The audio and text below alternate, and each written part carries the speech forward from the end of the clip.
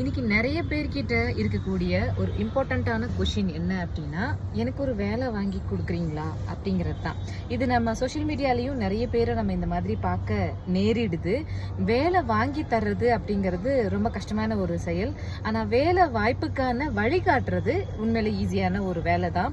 ஆனால் அந்த வாய்ப்புகளை நீங்கள் கரெக்டாக பயன்படுத்தும் பொழுது மட்டும்தான் வேலை கிடைக்கக்கூடிய வாய்ப்புகள் உங்களுக்கு ரொம்ப அதிகமாக இருக்கும். ஏன்னா நம்மளை சுற்றி அவ்வளவு ஆப்பர்ச்சுனிட்டிஸ் இருக்குது. அந்த ஆப்பர்ச்சுனிட்டிஸை நம்ம சரியாக பார்க்க தெரிஞ்சுக்கிட்டாவே போதும். அதுக்கு முதல்ல செல்ஃப் டிசிப்ளின்ங்கிறது ரொம்ப முக்கியம்.